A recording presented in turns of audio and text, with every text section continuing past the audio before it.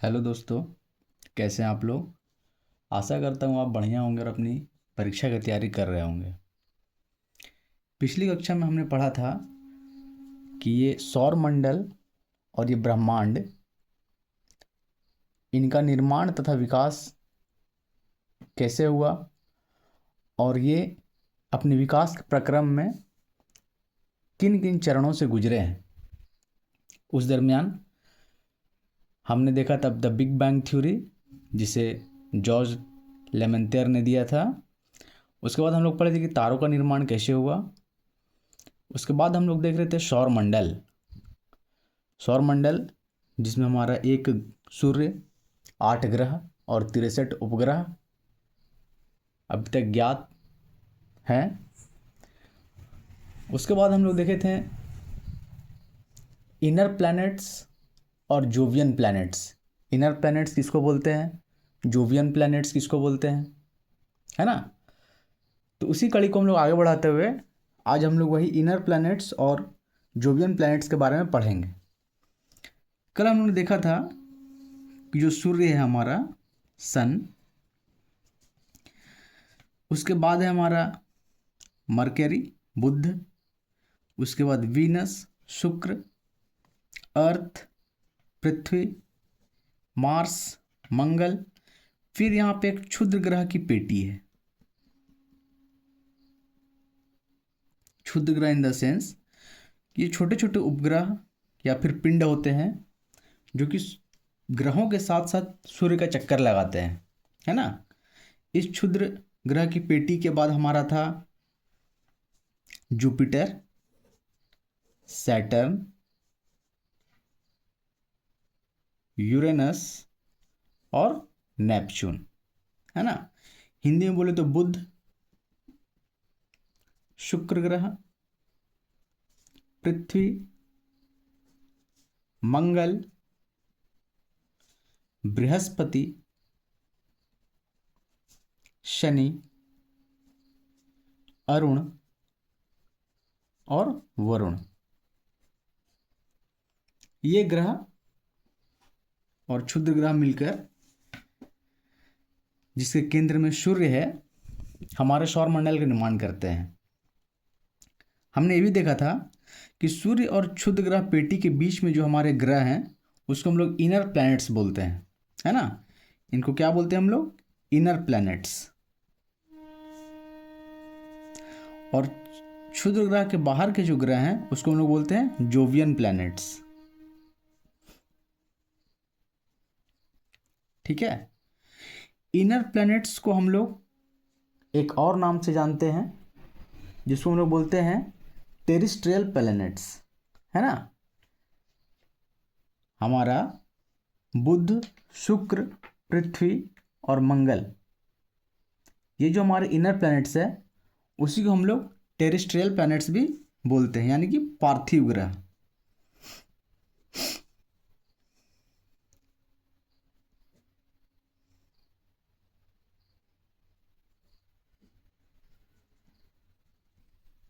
ठीक है, इनको पार्थिव ग्रह क्यों बोला जाता है। पार्थिव ग्रह इसलिए बोला जाता है क्योंकि ये जो है चारों ग्रह बुध, शुक्र, पृथ्वी और मंगल, इनकी बनावट लगभग पृथ्वी के समान ही है। टेरेस्ट्रियल मतलब, टेरा मतलब होता है पृथ्वी, है ना। टेरा का मतलब क्या होता है, पृथ्वी। और पृथ्वी के समान जितने भी ग्रह हैं उसको हम लोग टेरेस्ट्रियल प्लैनेट्स बोलते हैं, ठीक है, पार्थिव ग्रह। और इसके बाहर क्षुद्र पेटी के बाहर, क्षुद्र ग्रहों की पेटी के बाहर के जो ग्रह हैं बृहस्पति, शनि, अरुण और वरुण, इसको हम लोग जोवियन प्लैनेट्स बोलते हैं या फिर इसको दानव ग्रह भी बोला जाता है ना। दानव ग्रह क्यों बोला जाता है, क्योंकि इन चारों ग्रहों का आकार इनर प्लैनेट्स की तुलना में अत्यधिक ज़्यादा है, बड़ा है ना। और ये ज़्यादातर ग्रह जो है, ये 4 ग्रह, ये गैसों से मिलकर बने हुए हैं, मतलब कि इनका वायुमंडल पूरा का पूरा बहुत ही थिक लेयर ऑफ एयर से बना हुआ है ना। डिफरेंट डिफरेंट टाइप के गैस पाए जाते हैं इन चारों प्लैनेट्स में। चलिए आगे अब हम लोग देखेंगे कि ये जो पार्थिव ग्रह हैं और ये जोवियन प्लैनेट्स है, क्या कारण है कि इन इनर प्लैनेट्स में जो है, और क्या कारण है कि इन जोवियन प्लैनेट्स में वायुमंडल थिक है और इनमें वायुमंडल थिन है ना। इनके वायुमंडल में जो गैसें हैं वो थिन हैं, जबकि जोवियन प्लैनेट्स के वायुमंडल में जो गैसें हैं वो थिक हैं। इसके पीछे क्या कारण है? तो पहला कारण ये है कि ये जो चारों ग्रह हैं वो सूर्य के बहुत ही नज़दीक हैं, है ना, और ये जो चारों ग्रह हैं वो सूर्य से थोड़ा दूर हैं, जिसके कारण क्या होता है कि सूर्य के ताप के कारण इन ग्रहों के वायुमंडल का ताप भी बढ़ जाता है, जिसके कारण यहाँ की जो गैसें हैं वो यहाँ पे संघनित नहीं हो पाती हैं। पहला कारण क्या है कि सूर्य से नज़दीक होने के कारण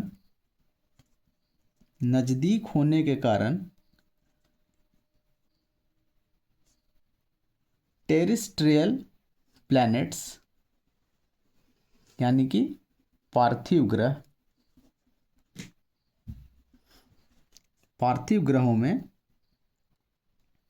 गैसें संघनित नहीं हो सकी,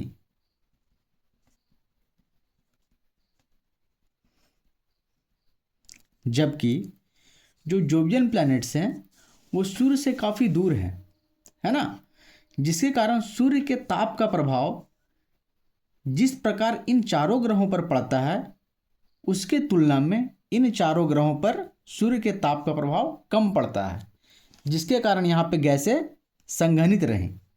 ठीक है। दूसरा कारण क्या है? दूसरा कारण है सौर पवनें। हम लोग जानते हैं कि सूर्य से जो सन स्ट्रॉम निकलता है, सौर पवनें निकलती हैं, वो क्या करती हैं कि इन चारों ग्रहों के वायुमंडल में जो गैसें हैं वो उनको अपने साथ बहा ले जाती हैं। क्योंकि सौर पवनों का एक दायरा होता है, उस दायरे में इन चारों ग्रह आते हैं और इन चारों ग्रहों का जो वायुमंडल है उनसे सारी गैसों को ये सूर्य की जो सौर पवनें में उड़ाकर ले जाती हैं। लेकिन इन सूर्य के सौर पवनों का उतना प्रभाव इन चारों ग्रहों पर नहीं पड़ पाता जितना प्रभाव ये इन इनर प्लैनेट्स पर पड़ता है। ठीक है, ये दूसरा कारण हो गया। और तीसरा कारण क्या है? तीसरा कारण है गुरुत्व बल। चूंकि इन चारों यानी कि बुध, शुक्र, पृथ्वी और मंगल, इन चारों ग्रहों का जो आकार है अपेक्षाकृत बृहस्पति, शनि, अरुण और वरुण की तुलना में कम है, यानी ये चारों ग्रह छोटे आकार के हैं। और हम लोग जानते हैं कि जिसका भी या फिर जिस पिंड का आकार छोटा होता है उसका गुरुत्व बल उतना ही कम होता है ना। तो इन चारों ग्रहों का गुरुत्व बल कम होने के कारण ये अपने वायुमंडल में जो इनकी गैसें थी वो उनको थाम के नहीं रख सके, है ना। इनकी वायुमंडल से गैसें एस्केप कर गई, जिसके कारण इन चारों ग्रहों में वायुमंडल यानी गैस, बेसिकली हम गैस ही बोलेंगे, वो गैसें रुक नहीं पाई। जबकि इन चारों ग्रहों का आकार बड़ा होने के कारण इनका गुरुत्व बल भी ज़्यादा था, जिसके कारण इनके वायुमंडल से जो गैसें हैं वो एस्केप नहीं कर पाई, भाग नहीं सकी, जिसके कारण इन चारों ग्रहों का जो वातावरण है, जो वायुमंडल है, उनमें बहुत सारी गैसें पाई जाती हैं। इसमें एक कॉन्सेप्ट आता है रूट मीन स्क्वायर वेलोसिटी का, है ना, VRMS। इसका फॉर्मूला होता है 3RT/m, जहाँ पे R हमारा गैस कांस्टेंट होता है, T हमारा एब्सोल्यूट टेम्परेचर होता है,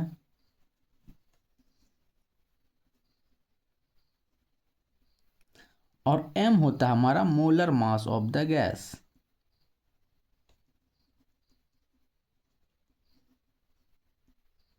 molar mass of the gas. अगर ये रूट मीन स्क्वायर वेलोसिटी किसी गैस का इन ग्रहों की एस्केप वेलोसिटी से ज़्यादा हो जाता है तो इन ग्रहों से वैसी गैसें बाहर चली जाती हैं, उनके वायुमंडल से बाहर चली जाती हैं। यानी कि जिन गैसों का मोलर मास जितना ज़्यादा होगा उनका VRMS उतना ही कम होगा, है ना। ये थोड़ा अलग कॉन्सेप्ट है, हम लोग फिजिक्स में पढ़ेंगे, लेकिन यहाँ पे थोड़ा सा यूज हुआ तो हम उसको बता दिए। ठीक है, तो जहाँ तक हमको समझ में आ रहा है कि ये चीज़ आप लोग को आराम से समझ में आ गया होगा कि पार्थिव ग्रह, टेरेस्ट्रियल प्लैनेट्स किसको बोलते हैं, क्यों बोलते हैं, इनर प्लैनेट्स में जो वायुमंडल है उनमें गैसें कम हैं जोवियन प्लैनेट्स की तुलना में, और क्या कारण है। ये 3 कारण मुख्यतः है वो हम लोग समझ चुके हैं। ठीक है, अब आगे बढ़ते हैं। अब हम लोग अपना सारा ध्यान पृथ्वी पर लगाते हैं।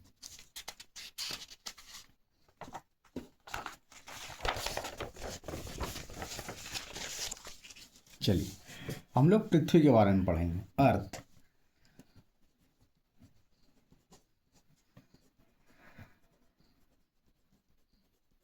अर्थ। चलिए, हम लोग को पता है अर्थ को ब्लू प्लैनेट बोला जाता है, यानी कि नीला ग्रह। अर्थ को नीला ग्रह क्यों बोला जाता है? क्योंकि इसमें पानी की मात्रा अधिक है, जिसके कारण बाहर से देखने पर यह नीले रंग का दिखाई पड़ता है। पृथ्वी का एक इकलौता प्राकृतिक उपग्रह कौन सा है? पृथ्वी का एक इकलौता प्राकृतिक उपग्रह है चंद्रमा।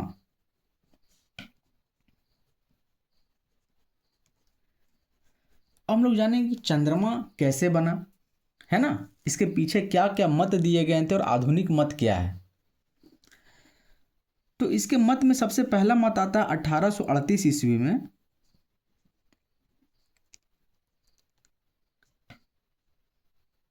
एक स्कॉलर थे George Darwin, sir George Darwin. इन्होंने एक सिद्धांत दिया। इन्होंने कहा कि चंद्रमा का निर्माण पृथ्वी से ही हुआ है। चंद्रमा का निर्माण किससे हुआ है? पृथ्वी से हुआ है। जब पृथ्वी सूर्य के चारों ओर चक्कर लगा रही थी तो ये आगे जाके एक डंबल शेप में, है ना, इस टाइप का डंबल शेप में पृथ्वी का एक भाग कटकर बाहर निकल गया, और ये भाग कालांतर में पृथ्वी से अलग होकर पृथ्वी का ही चक्कर काटने लगा, है ना। क्या बोले हम कि 1838 ईस्वी में एक स्कॉलर हुए थे सर जॉर्ज डार्विन। उन्होंने क्या कहा कि पृथ्वी जब सूर्य के चक्कर लगा रही थी तो पृथ्वी से एक भाग डंबल के आकार का, है ना, ये हमारा पृथ्वी है, ये वाला भाग, और इससे इसका एक भाग कटकर अलग हुआ और ये डंबल के आकार में बन गया, और कालांतर में ये डंबल पृथ्वी के मेन पोर्शन से अलग होकर पृथ्वी का ही चक्कर काटने लगा। ठीक है, ये पृथ्वी है, ये हमारा मून है, चंद्रमा, और कालांतर में यही चंद्रमा जो आज हम देखते हैं वो इसी का, पृथ्वी का ही एक भाग है। और ये भाग पृथ्वी के जिस भाग से निकला है, यानी चंद्रमा जो है पूरा का पूरा चंद्रमा पृथ्वी के जिस भाग से निकला है, आज वहीं पे हमारा प्रशांत महासागर है। ठीक है, प्रशांत महासागर। लेकिन इस मत के साथ सारे वैज्ञानिक नहीं जा पाए, और आधुनिक मत क्या है? देखिए यहाँ पे आधुनिक मत में आता है द बिग स्प्लैट।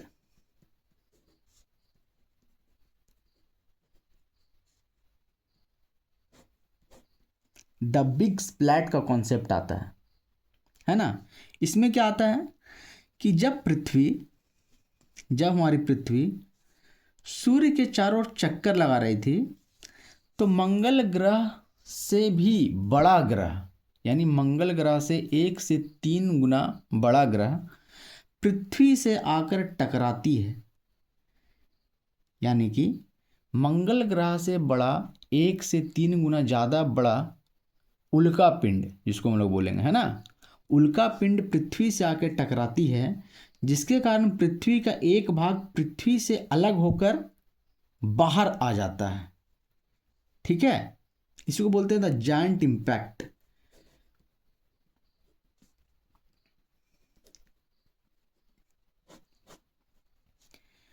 यानी इस उल्का पिंड के इम्पैक्ट के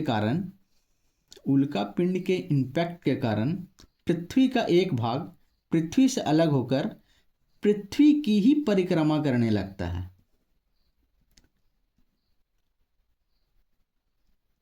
और यही भाग जो पृथ्वी से अलग होकर पृथ्वी की परिक्रमा कर रहा है, उसे ही आज हम लोग मून यानी चंद्रमा कहते हैं। चूंकि चंद्रमा पृथ्वी से अलग हुआ है, इसीलिए पृथ्वी की सारी प्रॉपर्टीज, इसका स्थलीय भाग का जितना भी प्रॉपर्टी है वो चंद्रमा से मेल खाता है ना। पृथ्वी की प्रॉपर्टी चंद्रमा के लगभग समान है, या फिर चंद्रमा की प्रॉपर्टी पृथ्वी के लगभग समान है। ठीक है, पृथ्वी का स्थल भाग का जो प्रॉपर्टीज है, चंद्रमा का भी सेम टू सेम वही प्रॉपर्टीज है। तो ये हमारा आधुनिक मत है। इसमें क्या है कि एक उल्कापिंड पृथ्वी से आकर टकराती है, पृथ्वी का एक बहुत बड़ा भाग पृथ्वी से अलग होकर पृथ्वी की परिक्रमा करने लगता है, और इसी पृथ्वी के अलग हुए भाग को हम लोग आज चंद्रमा कहते हैं। और पृथ्वी के जिस भाग से उल्का पिंड टकराया था और टकराने के कारण जो वहाँ से पृथ्वी का भाग अलग हुआ, आज उसी गर्त को हम लोग प्रशांत महासागर कहते हैं, है ना। इसी गर्त में पानी जब भर गया तो एक सागर महासागर का रूप ले लिया, जिसे हम लोग प्रशांत महासागर कहते हैं। यहाँ तक क्लियर है? चलिए अब हम लोग आगे देखते हैं कि पृथ्वी पर स्थलमंडल, वायुमंडल व जलमंडल का विकास कैसे हुआ।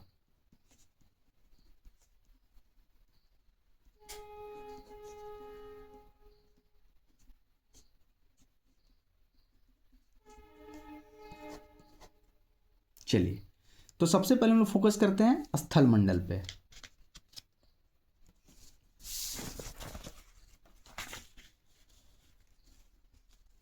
हम लोग देखेंगे कि स्थल मंडल का विकास कैसे हुआ।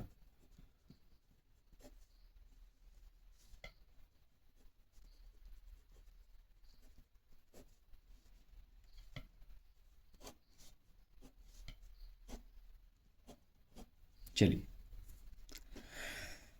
स्थल मंडल के विकास को समझने के लिए हम लोग को थोड़ा अपने पढ़े हुए भाग में पीछे जाना होगा, है ना। जब पृथ्वी अपने इनिशियल फेस में थी, जब वह पृथ्वी बन रही थी, है ना, तो वो कैसे बनी थी? जो प्लैनेटेसिमल्स थे, जिसको हम लोग ग्रहाणु कहते हैं, और इसी ग्रहाणुओं से सारे ग्रहों का निर्माण हुआ है। जब पृथ्वी बन रही थी तो ये जो ग्रहाणु आपस में संसंजन बल के कारण जुड़ रहे थे, तो उसी जुड़ाव की प्रक्रिया में गुरुत्व बल की अधिकता के कारण इस ग्रहाणुओं में घर्षण बल उत्पन्न हुआ। दाब के कारण इन ग्रहाणुओं का ताप बढ़ने लगा, और ताप बढ़ने के कारण क्या हुआ कि ये ग्रहाणु पिघलने लगे, गलने लगे, है ना। ये ग्रहाणु क्या है? सबसे पहले ये संघनित हुए, और इस संघनित होने के बाद इन ग्रहाणुओं में घर्षण और दाब के कारण इनका ताप बढ़ गया, है ना। ताप बढ़ गया, ताप बढ़ने के कारण ये ग्रहाणु गलने लगे, मॉल्टन स्टेट में आने लगे, पिघलने लगे, जिसके कारण पृथ्वी जो है एक सेमी सॉलिड स्टेट में चली गई, है ना, द्रवीय स्थिति में चली गई। अब क्या होता है कि ये ग्रहाणु एक जैसे ही पदार्थों से मिलकर नहीं बने हुए थे। गुरुत्व के कारण और इनके घनत्व में अंतर के कारण जितने भी एक घनत्व वाले पदार्थ दूसरे घनत्व वाले पदार्थ से अलग होने लगे, और इन अलग होने की प्रक्रिया में क्या हुआ कि जितने भी भारी घनत्व वाले पदार्थ थे वो पृथ्वी के केंद्र की ओर चलने लगी, और जितने भी हल्के घनत्व वाले पदार्थ थे वो पृथ्वी के बाहरी भाग में आ गई। ठीक है, भारी घनत्व वाले पदार्थ पृथ्वी के केंद्र की ओर बढ़ने लगे, और हल्के घनत्व वाले पदार्थ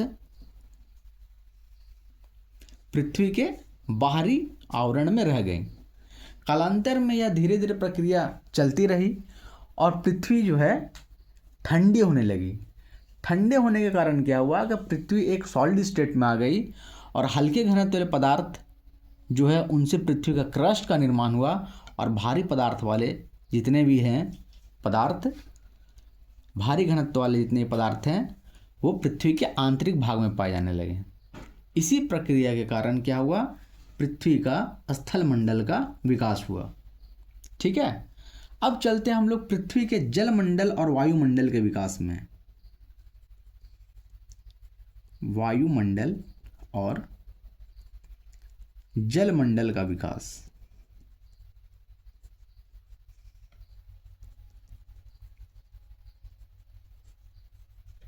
देखिए,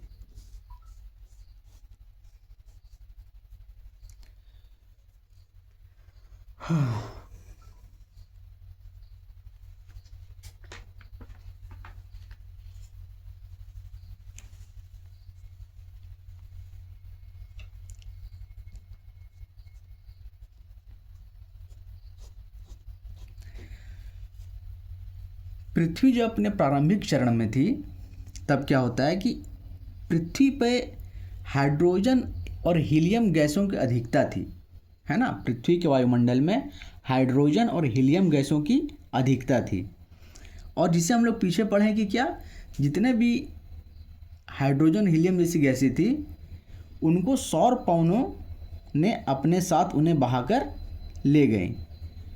सौर पवन ने क्या की, उन सारी गैसों को, हाइड्रोजन और हीलियम जैसी गैसों को अपने साथ बहाकर ले जाती हैं।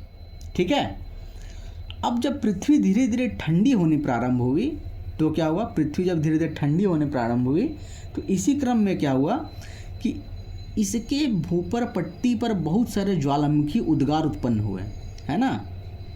पृथ्वी के भूपर पट्टी पर आंतरिक भाग से बहुत सारे ज्वालामुखी उद्गार उत्पन्न हुए, और इन ज्वालामुखियों से जो जलवाष्प निकला वो जलवाष्प पृथ्वी के वायुमंडल में फैल गई और बादलों का निर्माण करने लगी, है ना। ये जलवाष्प क्या करी, पृथ्वी के वायुमंडल में फैल गई और बादलों का निर्माण करने लगी। जैसे जैसे बादलों में CO2 की अधिकता बढ़ी उसी प्रकार पृथ्वी क्या हुई, धीरे धीरे और ठंडी होने लगी, और यहाँ पे बारिश स्टार्ट हो गया, है ना। बारिश होने के कारण क्या हुआ कि जितने भी गर्त थे उनमें जो है बारिश का पानी भर गया, जिसके कारण महासागरों का निर्माण हो गया, है ना। पृथ्वी में जो बारिश हुई, अत्यधिक बारिश हुई, ये पृथ्वी के ठंडा होने का जो क्रम है वो बहुत दिनों तक चला, है ना। बहुत सारे ज्वालामुखी विस्फोट हुए, बहुत सारे गैस, विभिन्न विभिन्न प्रकार की गैसें बाहर निकली, वायुमंडल में ट्रैप्ड हो गई, जिससे पृथ्वी का जो ताप है वो धीरे धीरे और गिरने लगा, है ना। और इन गैसों के जमाव के कारण पृथ्वी का वायुमंडल धीरे धीरे बनना स्टार्ट हुआ, और जब ये बादल बरसे पानी बनकर तो ये जितने भी पृथ्वी के गर्त थे उनमें ये पानी भर गया, और ये इसी से इसका जलमंडल का विकास हुआ। अब जलमंडल का जैसे विकास हुआ तो क्या हुआ कि इस जलमंडल में बहुत सारे जीव जंतु उत्पन्न होने लगे। जैसे ही फोटोसिंथेसिस की प्रक्रिया प्रारंभ हुई वैसे वैसे ऑक्सीजन जो है जलमंडल में घुलने लगा। जैसे ही जल O2 से पूरी तरह संतृप्त हो गया, उसके बाद जो एक्सेस ज़्यादा ऑक्सीजन थे वो पृथ्वी के वायुमंडल में भरने लगे। ठीक है, जितने भी ज़्यादा ऑक्सीजन फोटोसिंथेसिस से निकले वो पृथ्वी के वायुमंडल में भरने लगे, और पृथ्वी के वायुमंडल में O2 की अधिकता होने लगी, है ना। पृथ्वी के वायुमंडल में ऑक्सीजन गैस की अधिकता होने लगी और पृथ्वी में एक जीवन चक्र स्टार्ट होने की प्रक्रिया प्रारंभ हो गई, है ना। जब यह जल ऑक्सीजन से पूरी तरह संतृप्त हो गया तो एक्सेस ज़्यादा जो भी बेकार का ऑक्सीजन था वो पृथ्वी के वायुमंडल में भर गया, जिससे पृथ्वी का वातावरण एक जीवन चक्र को चलाने के लिए पूरी तरह से सटीक बैठ गया, है ना। इसी प्रकरण में हमारा जलमंडल और वायुमंडल का विकास हुआ। मोटे मोटे तौर पर हम लोग को प्रतियोगिता परीक्षा की दृष्टि में इतना ही जानने की आवश्यकता है, क्योंकि इससे रिलेटेड क्वेश्चंस वैसे अभी तक पूछे नहीं गए हैं, ठीक है, कि स्थलमंडल का विकास की प्रक्रिया क्या है, क्या प्रक्रम रहा। बस इतना हम लोग को जानना है कि पृथ्वी बनने के लगभग 200 करोड़ साल पहले ही, पृथ्वी बनने के 200 करोड़ साल बाद लगभग ऑक्सीजन जो है पृथ्वी में पूरी तरीके से भर गई थी, है ना। चलिए, और ज़्यादा इसमें जानने की हम लोग को आवश्यकता नहीं है। अगले क्लास में हम लोग पढ़ेंगे भारत की भू आकृति, फिजियोग्राफी, ठीक है। भारत की भू आकृति के बारे में हम लोग पढ़ेंगे। अब यहाँ से हम लोग का जो क्वेश्चन है वो आना स्टार्ट होगा, ठीक है। भारत का भूगोल हम लोग पढ़ना स्टार्ट करेंगे। ज़्यादातर क्वेश्चंस हम लोग का यहीं से बनना प्रारंभ होगा। चलिए, ये थोड़ा सा पीछे का पोर्शन बचा हुआ था जिसे मैंने इस एक छोटी सी वीडियो में कंप्लीट करने का प्रयास किया है। आशा आप लोग को ये वीडियो पसंद आई होगी और अपनी पढ़ाई को जारी रखें। अगले कक्षा में हम लोग पढ़ेंगे भारत की भू आकृति, भारत का भूगोल हम लोग स्टार्ट करेंगे, ठीक है। चलिए, थैंक यू वेरी मच।